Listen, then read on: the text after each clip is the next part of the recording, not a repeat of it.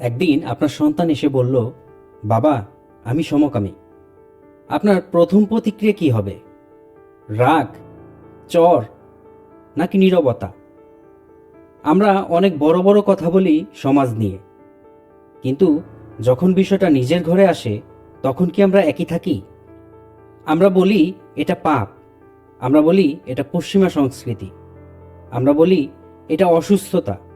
কিন্তু একটা প্রশ্ন, আপনার সন্তান কি হঠাৎ একদিন সিদ্ধান্ত নিল যে সে সমাজের ঘৃণা নেবে? কেউ কি ইচ্ছে করে নিজের জীবন কঠিন করে?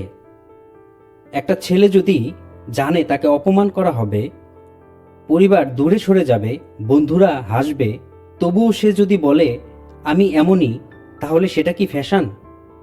অনেকেই বলেন এটা বেছে নেয়া, কিন্তু বিজ্ঞানীরা বহু বছর ধরে গবেষণা করছেন যৌন অভিমুখিতা নিয়ে। পৃথিবীর প্রায় সব সংস্কৃতিতে সবসময়ই সমকামী মানুষ ছিল। এটা নতুন কিছু না। প্রশ্নটা হলো, যদি এটা জন্মগত হয়, যদি আপনার সন্তান সত্যি এমনভাবে তৈরি হয়ে থাকে, তাহলে কি আপনি তাকে শাস্তি দেবেন এমন কিছুর জন্য যা সে নিজে বানায়নি?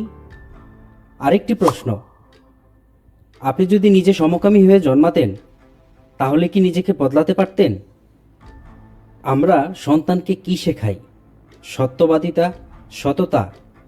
কিন্তু সে যখন নিজে সত্য বলে, তখন আমরা কি সেটা সহ্য করতে পারি?